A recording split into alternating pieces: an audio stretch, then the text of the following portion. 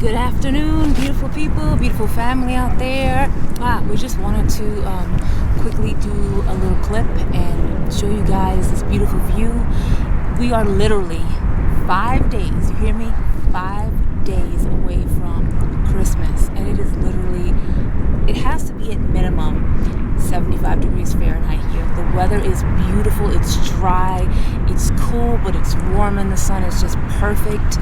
And we thought we just go ahead and jump in and just say hi real quick.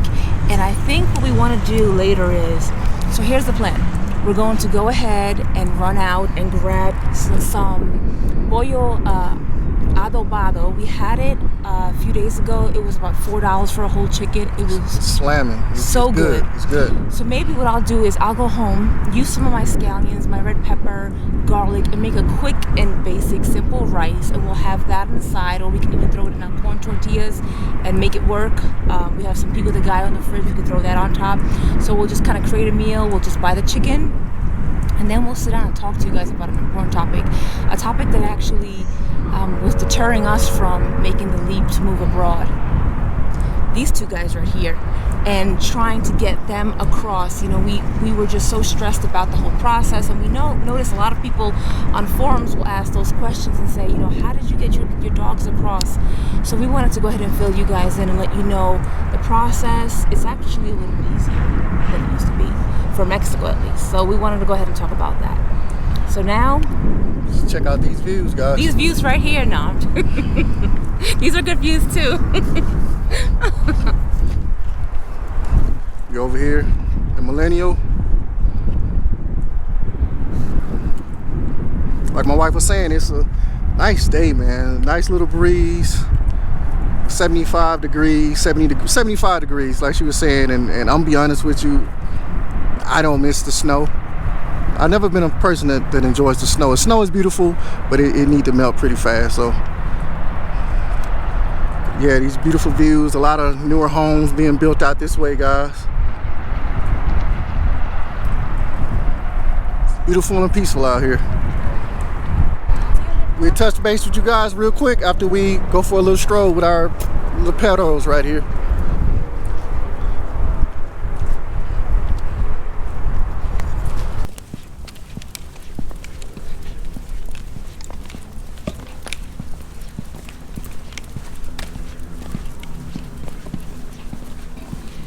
Okay, as I mentioned in the About section that describes our channel, go check it out.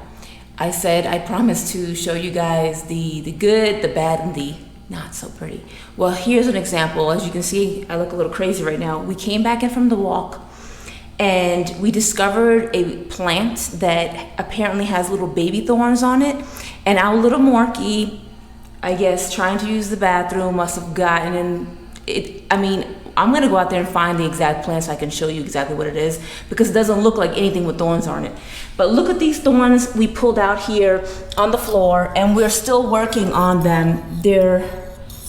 Check this out. Let's see if I can show. Look at this here in his fur. You can see they're all throughout his fur. So I'm literally picking and cutting. They're on his stomach, right on his neck. Look at this. And I have to sit here and pull all of these out. So, welcome to newbies in Mexico, not knowing that there are different kind of plants that have all kind of weird thorns on them. Aren't they so pretty? I love wildflowers, they're my favorite. But here's the culprit though. So these pretty little flowers here, apparently mixed in, you find these. So these are all the little mini thorns, and they're kind of like mixed throughout. You'll find, here's another one. So I guess when he was using the bathroom, that's what happened. They all got stuck all throughout his body.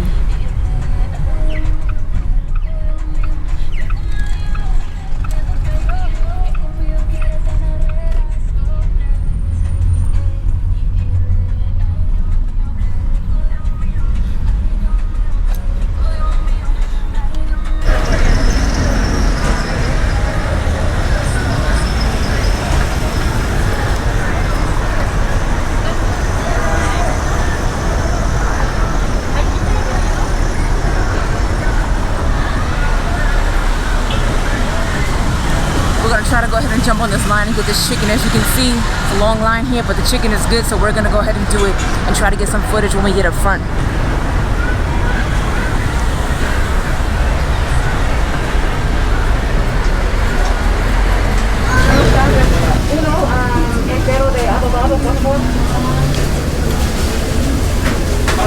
Sí, gracias.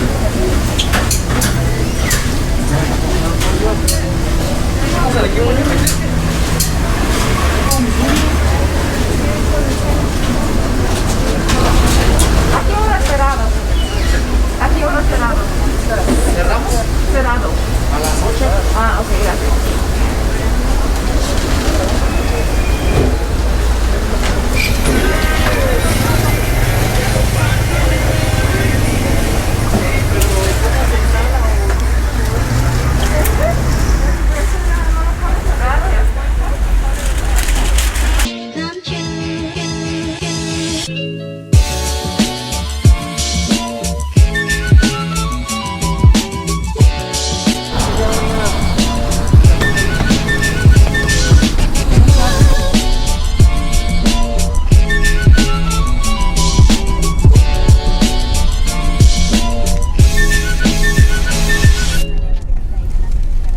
Hey guys. Hola, hola. As promised, we wanted to go ahead and do a quick clip of a video just giving you information on what we did to bring our Morkie and our Yorkie, our two little dogs, over to Mexico, what that process was like. I know that it's become a lot easier than it used to be, is what I am told. Mexico used to require a health certificate, and as of recent, I believe it was as of December, I want to say, of 2019, they stopped requiring a health certificate. However, I went ahead and did get a health certificate just because I wanted to, as my husband likes to say, cross my T's and dot those I's, and I didn't want to have any issues after I bought tickets and came all the way across. I didn't want my dogs to be quarantined. I just wanted to arrive and get out and get to my destination. So what I did was I took them to the vet's office, and I made the vet I made sure that they understood that there was not a particular form that the requirements had changed, because I will tell you this, you're going to call 10 different vets and you're going to get probably 9 different answers, and it's going to really stress you out.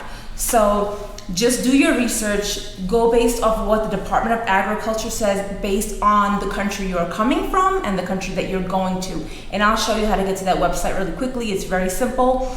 But for me, I took some extra precautions just because I'd rather have spent the money and taken them to the vet than to have any issues and having to jump through hoops at the last minute when I'm arriving into Mexico. So there's two understandings of a health certificate. There used to be an official form that was required that you'd get from the Department of Agriculture's website. You'd print it off, and that official form was what you'd go ahead and bring over to the vet, and then they charge you an additional fee to fill out that form. So now that isn't required anymore. So what I did was I just got what you'd call something on just letterhead. I made sure the vet understood, hey, that official form, that health certificate is not required anymore. I did my research. They're not requiring it as of 2019. Again, keep in mind, this could change any day. As of today, it still stands. And I had them just put on letterhead just some basic information.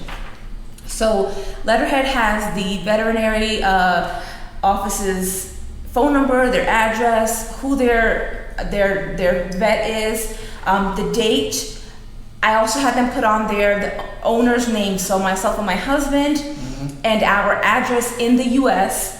I also had them put, so we had 2 dogs, each pet name, okay, that they're a canine, their breed, so I had a Maltese and Yorkie mix, so Morkie and then a Yorkie, their age, their weight, and their description, so what color they were. That way we covered all the bases. And then I just had them, after the examination and doing all the appropriate testing that we were told was necessary in order for them to be able to sign this letterhead of good health, I had them put on their For example, Nico, my Morkie, was examined today and found to be in good health. Nico was dewormed for intestinal parasites. Nico was also tested for heartworms and found to be free of such parasites. And then it's signed in ink by the vet. Don't have a photocopy. Make sure that you tell the vet that you need them to sign it in ink on the letterhead, and then have them stamp it with their stamp. And more importantly, have them enter underneath the vet's full name, the vet's license number.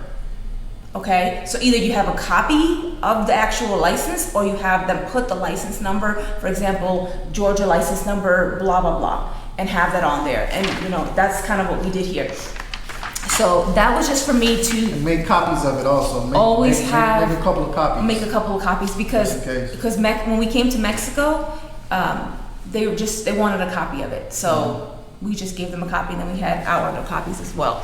So you want to just go ahead and, again, check the Department of Agriculture's website. Make sure you click on the country that you're going to, okay, to see what the requirements are for entry with your pets, okay? Make sure that you're not confusing, because a lot of people will tell you information and say, oh, you need to have X, Y, and Z, but they're basing that off of your pet as being cargo.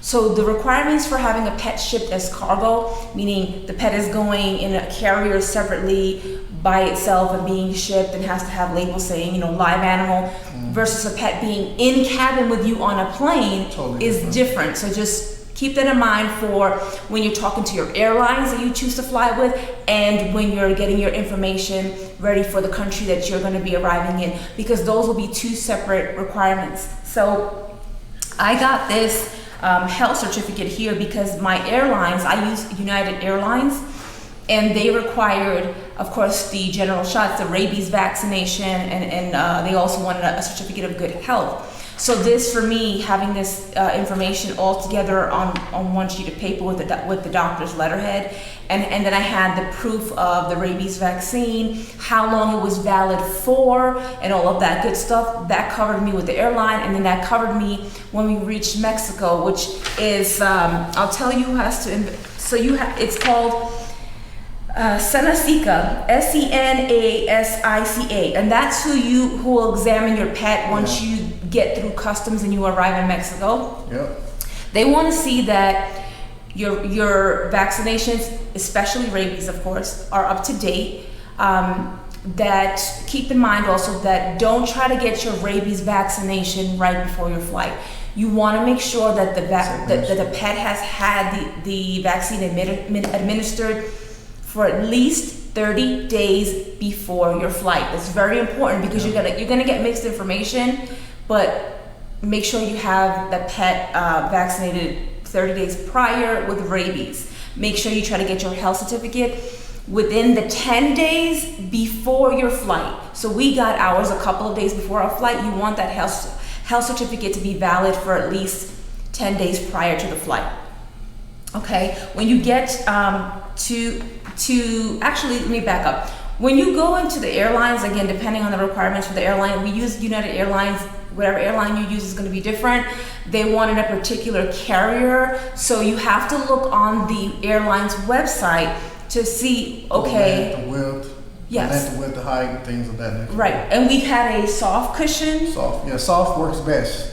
If I would always get the soft. Because under the seat is a tight squeeze. That way so you want to have some flexibility. It can crush a little bit, So you could get away with having one, let's say 15 inches high or whatever, because technically it can be crushed a little bit, but that's pretty much what the airline requirements would be. And that's, to me, honestly, like we were talking about, like the airlines gave us the most problems for the most part, because they wanted the health certificate, correct? Right. They wanted the health certificate and so the letterhead and all those things. Yeah. They pretty much wanted that, but I think when we had called the agriculture department. Over the U.S. Over the Department US. of Agriculture. When we had called, when we were leaving, they pretty much said they don't want anything. Just make sure your dog has the rabies shot. So they say there's really no requirements, nothing going on. It's just more make sure you have rabies shot. But things could change at any moment. Just make sure you check that out. And my wife, she's gonna show you that website in a little while, and she's gonna show you what buttons to click and all of that. Right, because the U.S. Department of Agriculture has no say-so. It's all depending on the country that you're entering into. So if Mexico changes regulations and is saying, okay, as of 2019, and we don't require a health certificate, that's pretty much it. Mm-hmm. But there's a lot of confusion, and because it's always, it's ever changing. A lot of times what you'll find is when you call it the vet, they're not up to date, and then they want to charge you more money. So make sure you know what you're talking about, and you go to a vet that's not going to hassle you and give you a hard time, and you're only paying for what you specifically need, because you don't want to overpay. Also, another point that I wanted to make for you all, to make your life easier, we heard that buying like heartworm preventative and flea prevention, the good stuff, not stuff that you can just buy like, in a Walmart somewhere, but the actual stuff that works, that you give your pet once a month, that can be a little more pricey here. I don't know yet, this is what I'm hearing. So I made sure to stock up. So at least if you want to come, bring 6 months supply. We had our heartworm and our flea prevention. They have combos now, but they were on one at that point and not the other. So we just bought the two so they can take them together. Eventually we'll get the combo. And also, you always want to carry some pet-friendly Benadryl. This brand is called Vetadryl, like V-E-T, Vetadryl. And I recommend this because you'll hear that doctors will tell you that you can go ahead, vets will tell you that you can go ahead and give your dog like children's Benadryl, and you can. But let me tell you, one time we tried one brand, and I guess it was off brand or the Quate brand, and it had like some kind of purple flavoring, and my dog got so sick for days. Stomach upset, diarrhea, they had to go to the vet, I had to spend extra money. So to avoid that, if you go ahead, you can have your vet prescribe Vetadryl. A lot of them will sell it, but they'll upcharge you. Keep that in mind. You can get it like on Chewy.com or some other type of, I think Chewy.com is a good way to go in the States, but they look like this. There's no artificials, coloring in it. It's just a tiny, if you could even see it, it's just a tiny little pill, little brown pill. And what I do is I literally just wrap it in like some soft American cheese or like ham, and they eat it. I make them do a trick and they eat it without no problem. This will help you if they have any allergic reaction to grass. It comes in, it's a lifesaver. Or if for example, they get nauseous, like my Yorkie gets very nauseous either in the car or flying on planes. And to avoid all that mess, we go ahead and give that to him maybe like 2 hours prior to his flight. And we try to like feed him, several hours earlier and have his stomach empty and not have a lot of water in it. That way he's not, getting queasy on the plane. So that really came in as a lifesaver. And of course the dosing will be based upon the weight of your pet, and, talk to your vet about that, because they may have to check if your pet has any other issues that for whatever reason may prevent them from taking Benadryl. But I recommend that rather than going to a store and getting children's Benadryl. Again, no dyes in there. That's working for us very well. We buy it and we use it for multiple things: grass allergies and motion sickness. Yes, so have your heartworm preventative, have your flea prevention, have your letterhead health certificate that has all the information that I stated, have the appropriate carrier, check with your airlines, and make sure you have all the proper information. Mexico's gonna wanna see that your pet doesn't have like any lesions or like open wounds in their body. Yeah. So if they do, like maybe they have allergies, for example, your pet scratches, make sure that you have a note that states they have allergies, they've been checked, they have no other issues, to cover yourself. That way, if there's a scab, you don't have to have your pet quarantined. That's the goal, is to avoid having your pet quarantined. So for your parasites, have some medication on hand that you need for them. And that's pretty much, I would say, it. And then I'll go ahead and quickly... But my wife forgot to mention something that's very, very important when you land in Mexico. They're going to make your dog sit down and do tricks. They're going to say it in Spanish. So make sure to teach your dog Spanish before you come. No, he's he's saying that because we saw videos. Some YouTubers actually, I don't know. It's scammers. It's scammers. They were serious. I think people were kind of pulling their leg, but they actually said that in Puerto Vallarta, somebody made them do that at the airport. You know, It's just a joke, but maybe that happened to them. I don't know. The lady and the gentleman that checked our dogs, they were very nice. She actually was just playing with them, like dancing. She was bailando, dancing with them. Yeah, so it's cool. But you know, that's pretty much it. It's actually pretty simple. Just like my wife mentioned, just make sure you go to your vet and know what you're talking about, because the vet's going to try to tell you all these extra fees and they need to have these stool samples and all these things, and it's to the point of like no, as of right now when we had checked it, which was like a month ago possibly, they just wanted rabies to be done. And you will have to do a heartworm test. Heartworm, of course. That's important because for the heartworm preventative, and also to be able to say on the certificate that they've been, you know, they're free of internal and external. In order for them to be able to make that statement, they do have to make sure they have the heartworm test. So that's important. So that's pretty much it, guys. My wife's gonna show you how to go to the website and show you what to click, and that's it. It's just pretty much doing your research. That's all. Just do your research and make sure that you go to the Department of Agriculture. Do not call your states. Someone had told us to call. We were in Georgia at the time. Call someone over like, gosh, I don't remember not farm. No, I don't remember the actual name, but it was for animals. But it was on the state level, not the Department of Agriculture that's over all the states. And when we called them, we were getting mixed information. So you want to make sure that you go to the Department of Agriculture, and I'll show you the website. Click on the country you're going to and go from there. That's your best bet. And then do your research and make sure that, again, this is based off of our experience. This is based off of today. This could change in an hour from now. It could change tomorrow. So make sure you're checking what the requirements are for the country that you're going to, and that they're current.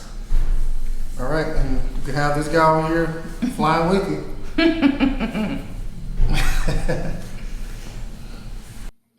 Okay, guys, as promised, here's the website. As you can see, USDA, Animal and Plant Health Inspection Service, U.S. Department of Agriculture.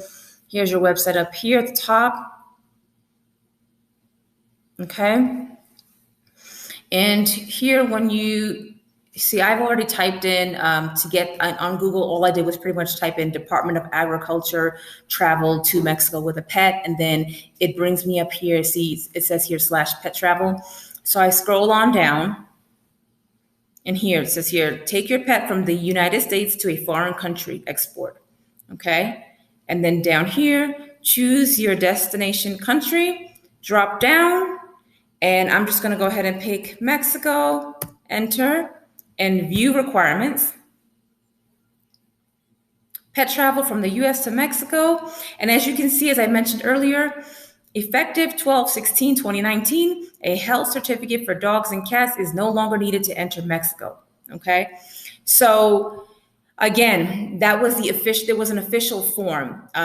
When I say a certificate of good health, I'm talking about a letterhead that I did bring, but you're no longer required to bring their official health certificate form. Okay, that was a whole entire separate form, and vets were charging a fee just to fill out that official form.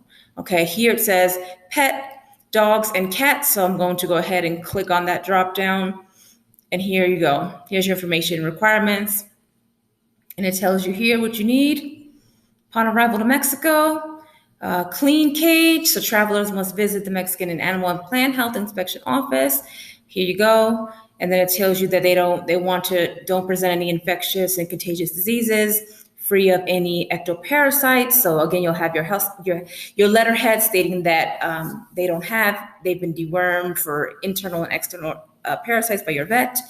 And they don't present any open, fresh wounds or wounds in the healing process. And again, if you have a dog with allergies, just make sure your doctor gives you a note stating that the reason they have a scab is because they have grass allergies or whatever the case is, and the medication that they're on for that particular allergy. So you have all your information here, and this is the website that you want to go to. Hopefully this helps someone. Okay, guys, wishing you the best traveling with your fur babies. Bye-bye.